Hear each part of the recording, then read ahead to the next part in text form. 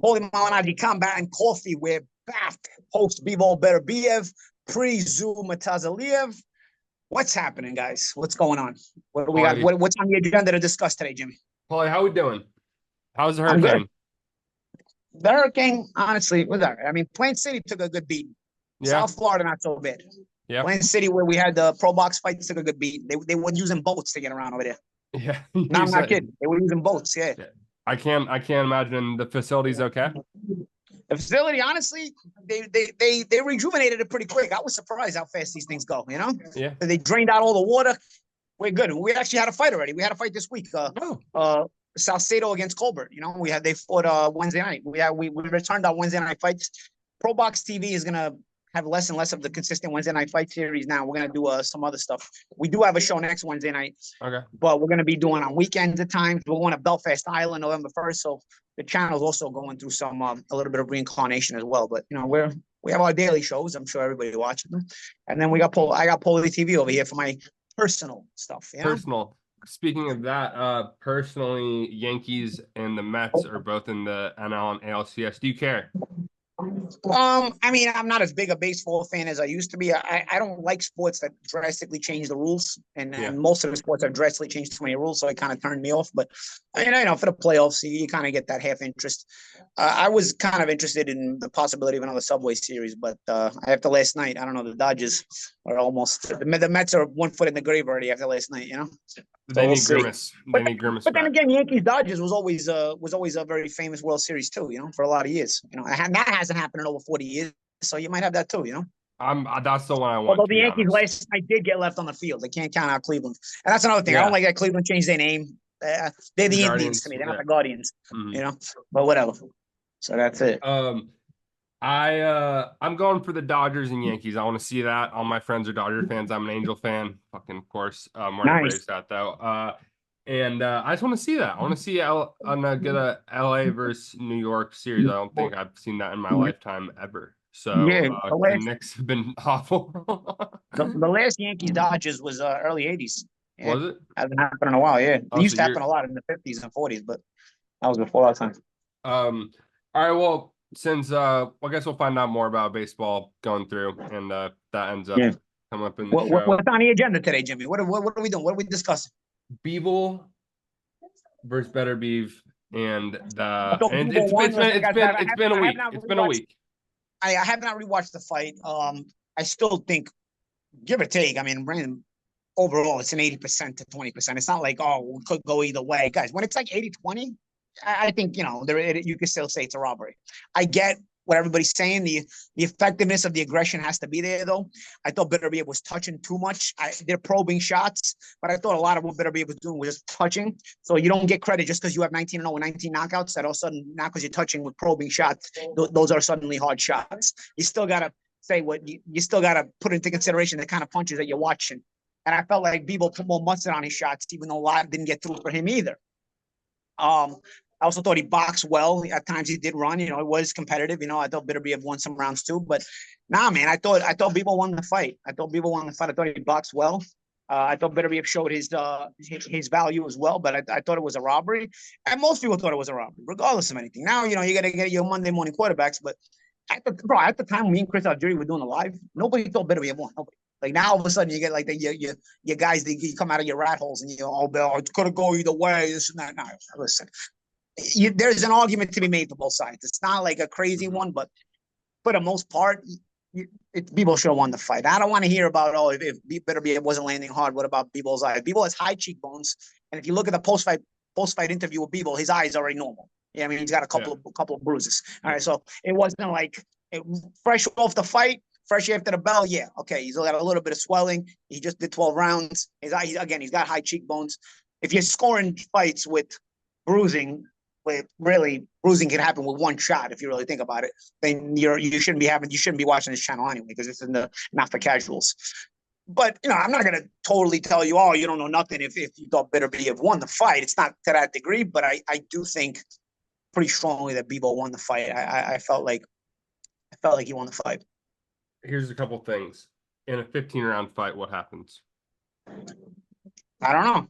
And if the fight were 15 rounds, it's the same as if if my aunt had balls, she'd be my uncle. I don't know, honestly. You know, I do think that, you know, Beterbiev, part of what makes Beterbiev so good is that he makes you your burn rate of energy is like 4 times as much as his. You know, he cuts off the ring very adequately, so he doesn't have to chase you. He just cuts it off. He doesn't use hooks really to waste that energy. And again, he doesn't really put a lot of mustard. He just kind of touches on you and then he bangs you out. Yeah.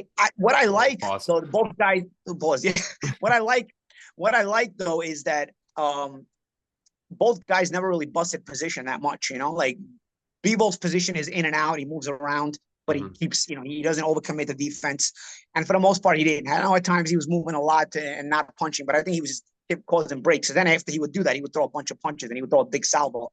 While Beterbiev kind of always keeps that position. Even if you throw at him, if you notice, he doesn't take a big step back. He kind of just tries to catch things on the gloves, or so he holds that position. And when you got a guy who punches hard and he holds that position, it stresses you because you want him to get off you for a little bit because he punches so hard that the stress, you know, him not going anywhere, even when you're throwing at him, bothers you. But there were times when Bivol was forcing Beterbiev back. You know, there were salvos people had that were pushing Beterbiev back at times. Even if it's just a few steps, it's a little victory because now you've given yourself that little breathing space to move here or there. So I think in small increments, both guys had those little wins. But overall, I was impressed at the tactical element of the fight because both guys were really, really good at holding position and not busting position, their individual position. The position of one guy's a boxer, one guy's a pressure guy, but because there's different position you're holding depending on what tactic you're using. Both guys never broke position. Both guys never really overcommitted defensively to put themselves out of position to be able to fight back. And I think that eliminated the possibility of a casual barn burner, where everybody or even casuals oh, what a fight, because not a lot landed cleanly. There wasn't not a lot of punches that landed cleanly. There wasn't. I just rewatched it.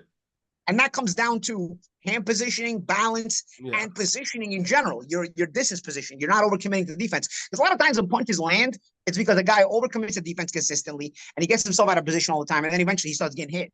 You know what I mean? And because overcommitting the defense also makes you tired.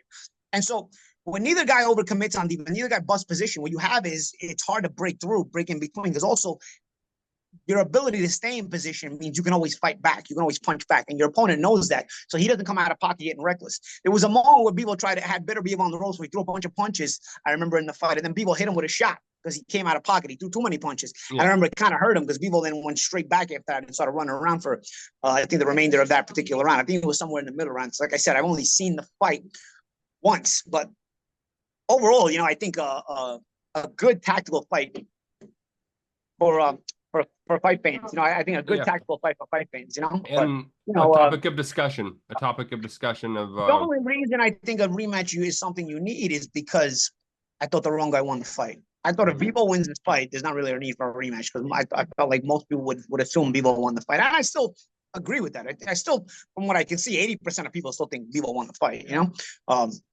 And most everybody within boxing that I've spoken to, almost everybody, not everybody, but within boxing, like fighters, it's probably like 90 or 95% Bivol, honestly, within boxing, that thought Bivol won the fight. So it's even higher within boxing. So I thought that, you know, it hasn't been really a barn burner fight.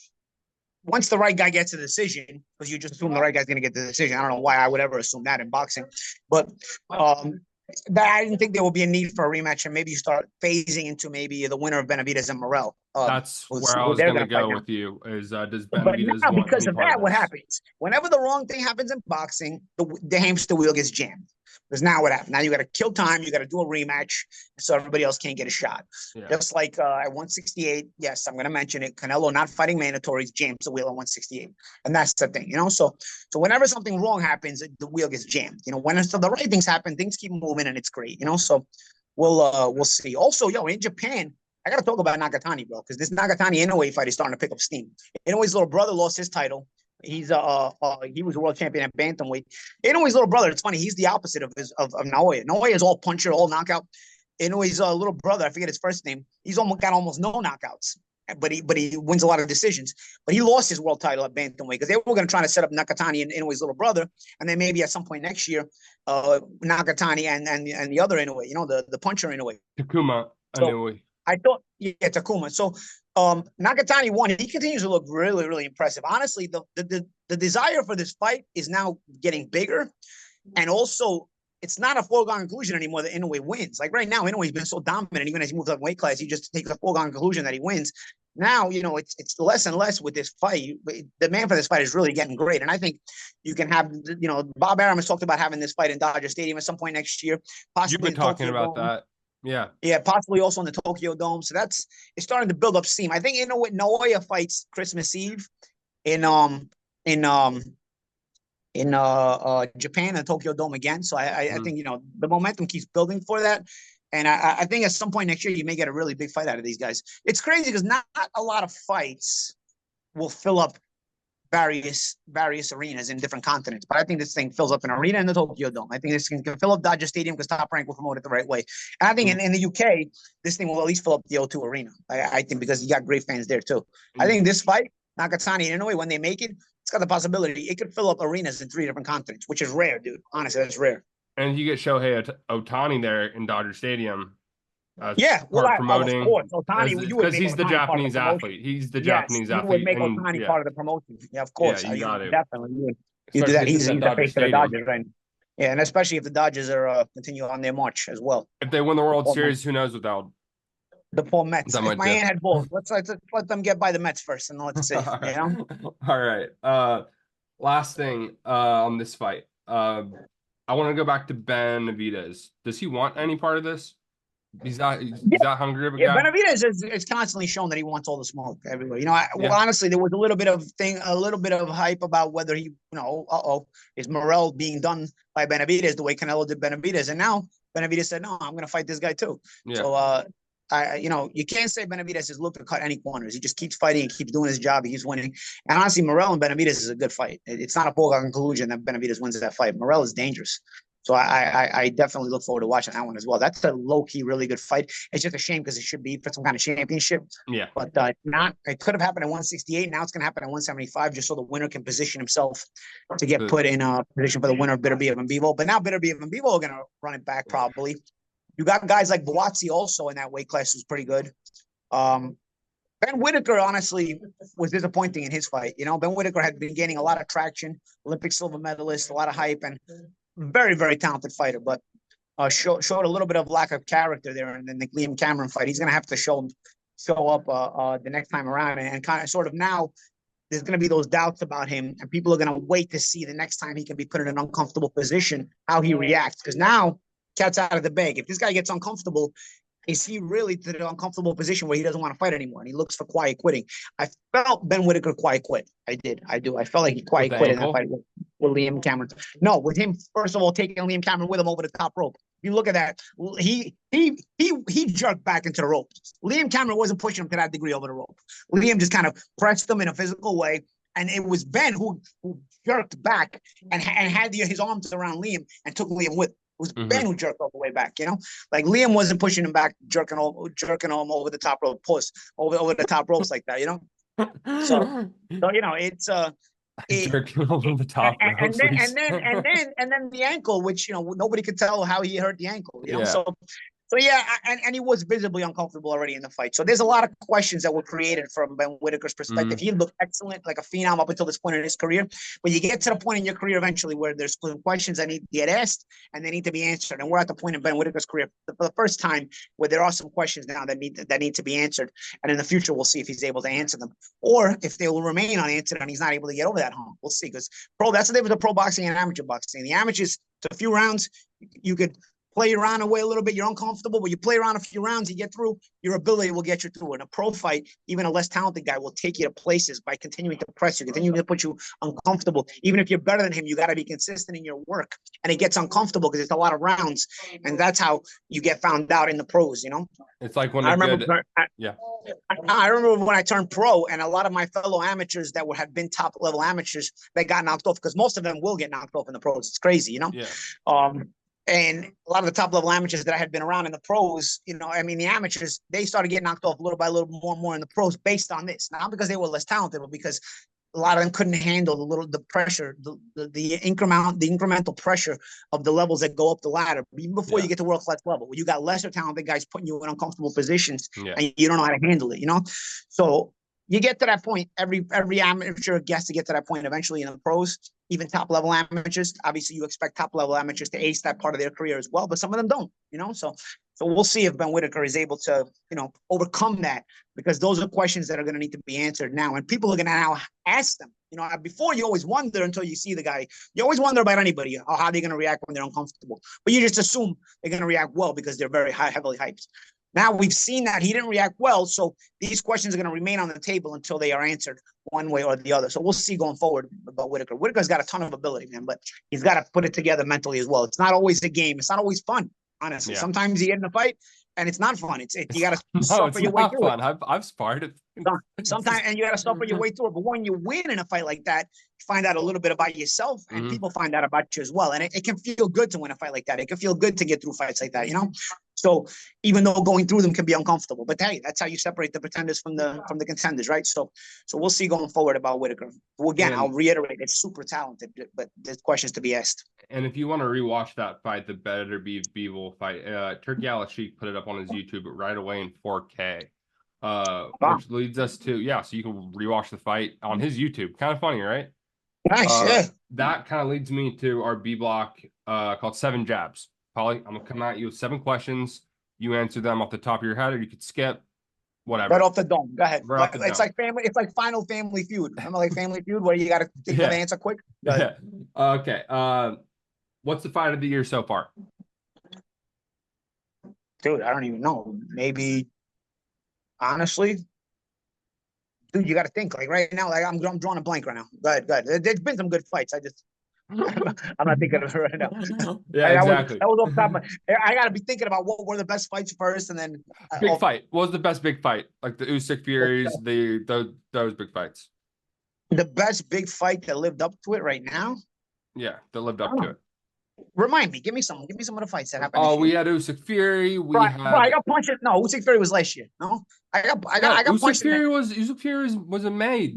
Was in May, and we had Haney. We had Haney and Garcia. I got punched in the head for a lot of years, Jimmy. I can't think of all this stuff. Okay, so in May, Usyk Fury is a good one. Fury is a good one. And got Haney and Ryan.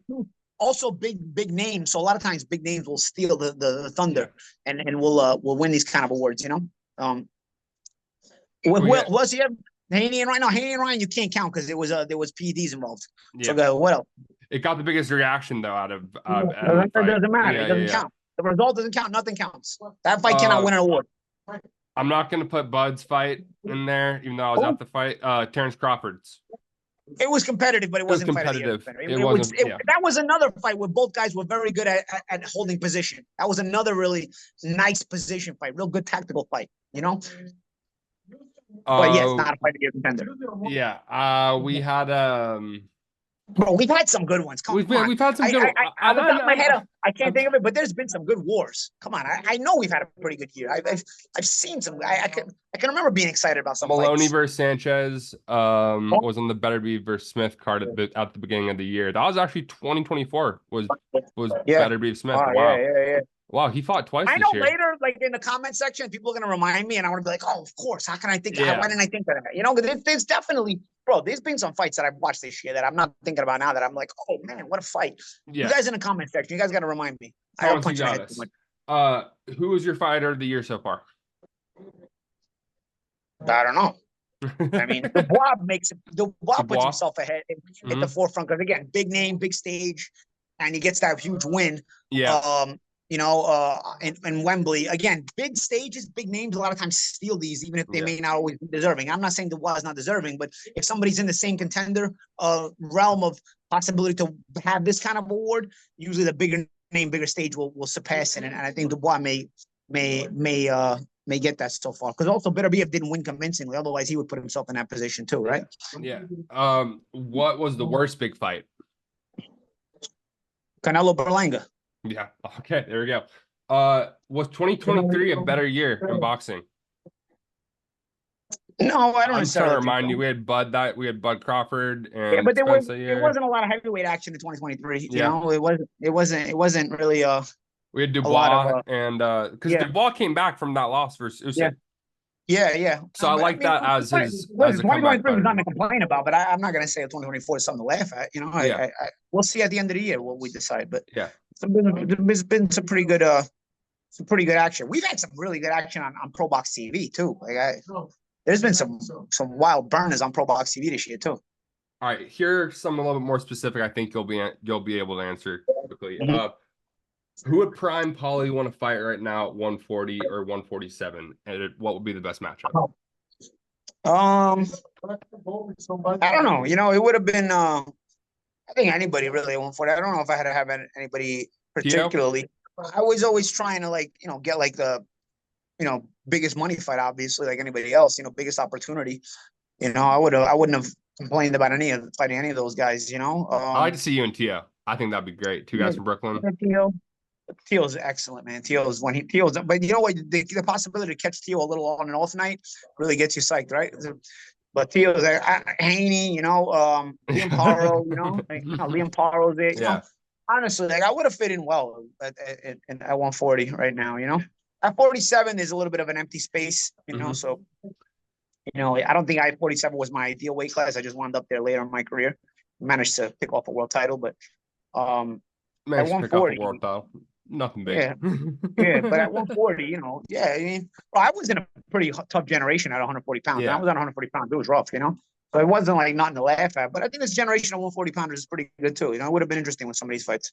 So this kind of leads into my next question. Are you upset about not being in the Undisputed, the new video game? Were you approached? I assure you, they paid me for this. I must be in it in some kind of code or something where guys you can create. You? I got paid for this, like at least 7, 8, maybe more years ago. They've been going about this game for a long time. This game has been in creation of rumors forever, bro. You're not on the roster. I was going to download it. I didn't see your name, and I was like, I'm not going to get it. What about the guys you can create? You can create. Yeah, you can create. Is there guys that not guys that you can create, but I'm saying the guys that you can unlock? Am I one of the guys you can unlock? I haven't seen your name on the. I haven't seen your name on the list. I was going to ask you what version of yourself would you put in. I mean, it wasn't like anything riches, but I got paid to be. I was at the end of my boxing career. So I was still fighting. So it's been over 7 years for sure. But it was the end of my boxing career when they were talking about this, and the thing that came out. It just got released.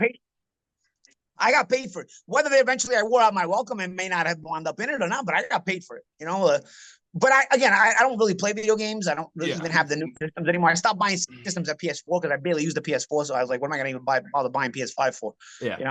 But I don't know. I mean, I assume maybe I'm in the ones you can unlock or whatever. But if I'm not, I'm not. I don't know. I assumed I was, honestly. Like, I can be unlocked. I assumed. But either, because like I said, I got paid for it. But regardless, doesn't matter to me.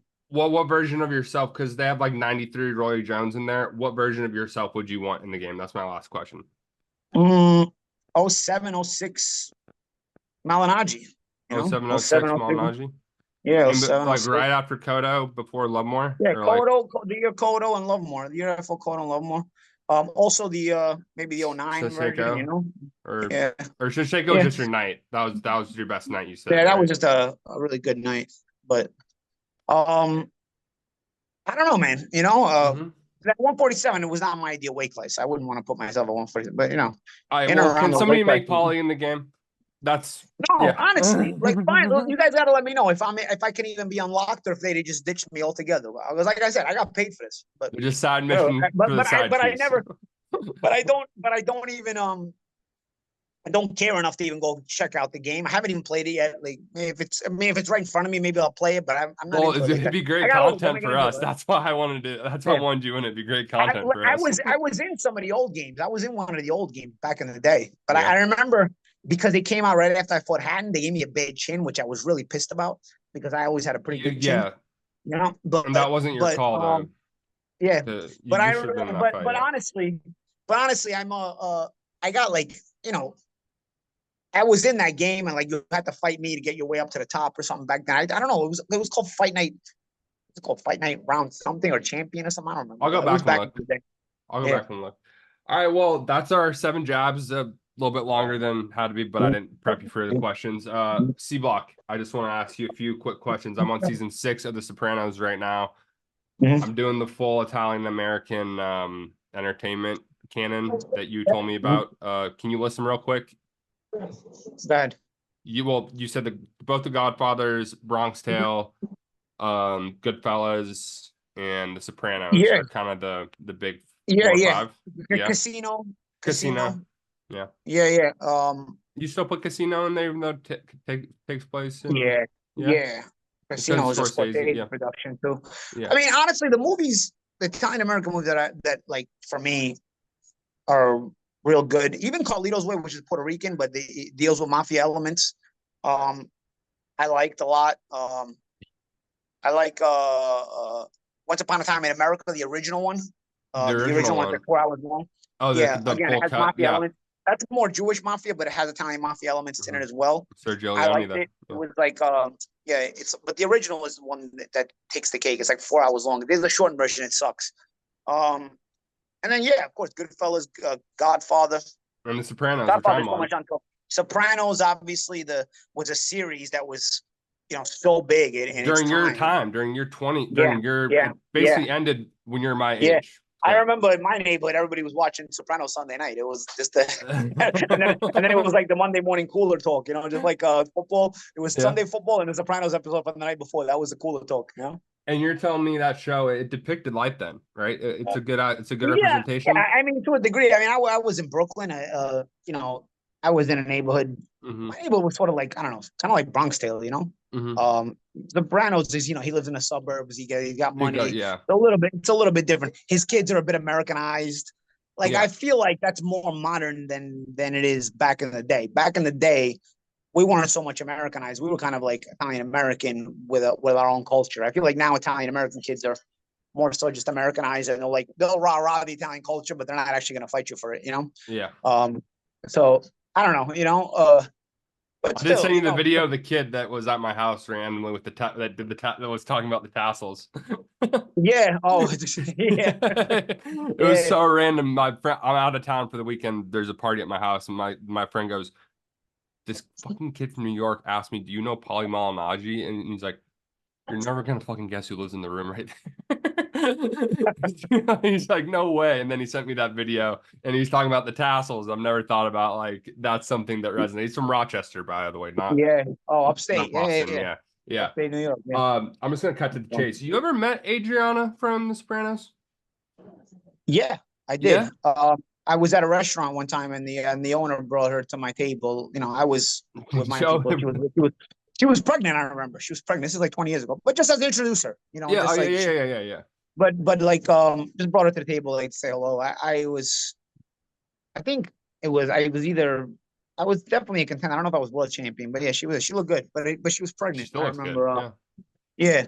But yeah, I met her like briefly, like for a second. It was like an introduction, like, "Hell, nice to meet you." Because it was a nice restaurant. It was Chris Santos from Stanton Social. It Chris was Artie Santos was a Bucco's judge restaurant. It was Artie Bucco's. was a judge on Chopped. Yeah. All Artie right. Bucco was at my pro debut. I met him too. Okay, Artie Bucco. okay. So how many Artie people do Bucco you was know at, from yeah. the show? Artie Bucco I met. Tony Sirico I met. Adriana I met. I don't know. Never met Tony? Chris Moltisanti. By the way, Chris Moltisanti, he's in Bad Boys. Yeah. He's in the tire shop. He's in everything. And he's also in he's Spider in Goodfellas. Yeah, no, Spider. Yeah. Fucking damn. Yeah. But you never met James Gandolfini? Never met James Gandolfini, no. I didn't meet James Gandolfini. Sirico I met several times. He was a big boxing fan. Sirico was a big Miguel Cotto fan. Tony Sirico loved Miguel. Oh, really? Yeah. Yeah, it was a big Miguel. And was Cotto he exactly fan. the same in real life? Yeah. He's a big guy too. Like honestly, like these guys, some of these guys are bigger than you realize. So Rico, he was pretty. I remember like physically he was big, and Rico was also from my neighborhood. He still used to cut his hair in my neighborhood. Oh, really?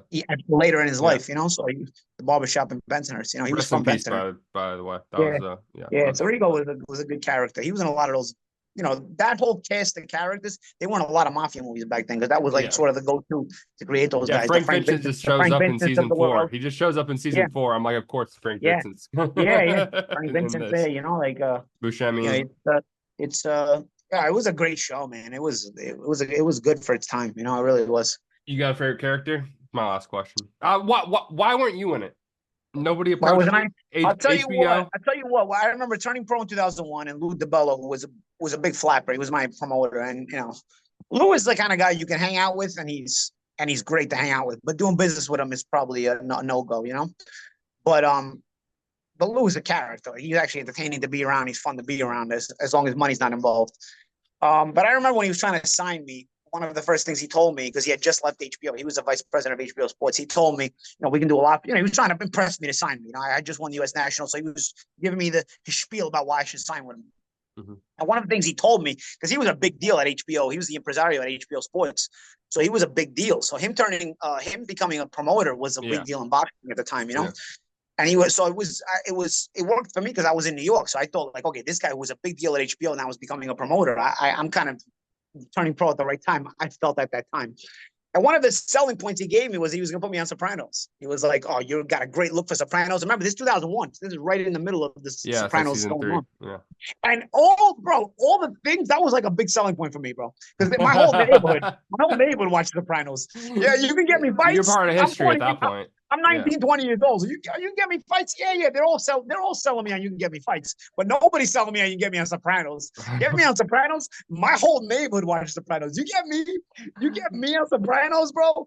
The whole neighborhood. I'll be king in Bensonhurst, I'm on season 6 and there's not one box. I think there's one boxing sub-block. I don't even know if there's a boxing sub-block. Even if I'm not a boxer, you can put me in there and anything, And he was like, oh, we're going to get you to Sopranos. Bro, that was the only time it ever came up. He just said it, never even tried, as usual in his case. You could have been one of Chris's goons, I feel like, or, it could have been so different. Oh, you know who else I met in a club? I hung out with him one time.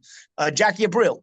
Oh, Jackie, Lil Jackie. At the time when he was on, Lil Jack, when he was on the show weekly, it was like during his run. Yeah, get a run. Get a run for sure. He was big in the New York club scenes, and I was going out in the New York club scene at that time. Yeah, we hung out one night. And also Lilo Brancato, because he's also in Bronx Tale. He's in Sopranos too, but he's more known for Bronx Tale. I know Lilo. Lilo to this day, actually. Lilo's a straight New York guy character, Mm-hmm. But good guy. Actually, me and Lilo speak every once in a while. He's actually I thought very talented. Yeah, Lilo's very talented. He's been through a lot. I did a scene with Lilo in a small movie. Lilo's a very good actor. Honestly, Omerta, right? Yeah. No, not Omerta. Lilo was not an Omerta. Lilo has this movie has not been released yet. I think Lilo is working on getting the rights to it or something. Yeah. We spoke about it recently. It may come out. It's sort of a horror movie, actually. But I have a scene with him. Actually, the scene is on my Instagram somewhere down the page. Okay. Somewhere down the page, the scene is yeah. But yes, I met Lilo. I met Jackie Abril. And I met Jackie. I remember, he was very popular at the time I met him, bro. A lot of people were coming up to him in the club. I remember, I think the club was Lot 61 or Gustavino's. These clubs aren't exist anymore in New York, but I remember I met him either in Lot 61 or Gustavino's, and we hung out for like an hour. And but yeah, it was cool. Interesting, man. Yeah. That's awesome. Yeah. But only because at the time, like if I see you now, he hasn't really been in anything else. I wouldn't recognize him. But at the time, so you see him every week on that show. It was a big deal. He was a big deal. And then Ralphie, I got to the Ralphie episode, and then I'm on season 6 now, so I've been through it all. It gets crazy. I forgot to ask you one thing that we'll kind of just segue into the end of the show as we go. Is Sopranos the best? Well, we'll end with, is Sopranos the best Italian American show of all time? It's got that's without a question. And people always complain like, oh, it depicts Italians in a bad way, this and that. Let me tell you something, bro. Organized crime, quote unquote, is what keeps our neighborhoods Italian. When you eliminate that element of our neighborhoods, the Italianness ends in our neighborhoods. Okay, so just to let you know. The invasion and the end of a neighborhood ends when you eliminate that element. So a lot of times the bad in that, and I don't know, maybe this is politically incorrect. The bad in that is usually exaggerated. And there's a lot of good that people don't talk about in that, okay? But the government, because always remember, your government is the biggest organized crime faction. And the only reason they eliminate all the other organized crimes is they don't want competition. It's not that it's not good versus bad. They just don't want competition. And they control the media. When you control the media, you can make people feel like you're the good guy and the other side is the bad guy. But the only reason they want to eliminate it is because they don't want competition. Your biggest organized crime faction is the government. So I will tell you my life experience, and yes, it's not all black or it's not all white. It's always a gray area. But in my experience, the Italianness of neighborhoods were protected by that. And once that's eliminated, it's the end of a neighborhood. That's why you have no more Italian neighborhoods. I'm in Venice right now. Mhm. California. Oh, we'll talk about Venezia later. That's the movie I'm working on, but I have a whole thing about that. Look forward to it, man. Yeah, it's a funny movie. Well, no, it's a good movie. It's not funny. Looking ahead, what is the most important fight left in the year? I'm thinking Usyk and Fury. Yeah, Usyk and Fury is definitely the most important fight left in the year. But there's a good fight. I mean, tomorrow, Zoo and Mutazaliev is a good fight. Low key, that's a low key good fight. You know, Mutazaliev is rough, he's tough, and Zoo coming back from Fandora. We got to answer some questions about that now. Fandora, yeah. You know, so you know, it's I look forward to that fight. That should be a good one. We got Tyson and Paul potentially. Yeah, Tyson and Paul. Serrano and Taylor are going to rematch in that one. That's a big women's fight as well. You know, Lucas Body returns with probably the KO of the year against Ashton Silva. That's got to be the KO of the year. Although Dubois might steal it with the KO of Joshua just because it's a bigger fight. But Ashton Silva getting knocked out by Lucas Body is the knockout. That's competitive for knockout of the decade, bro. That's a massive knockout. You know. Well, which one? Sorry, Lucas Body against Ashton Silva.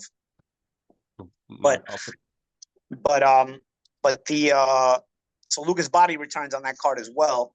After he won on the previous Jake Paul card against Mike Perry. I heard Mike Perry just got arrested for a drunk driving. The poor guy. So you got to make smarter decisions. So did Jay Cutler today too. Speaking of that, what about Conor McGregor in Spain? Making like I love this guy always shadow boxes like he can box. He's watching fights. He's giving tips like he can fight.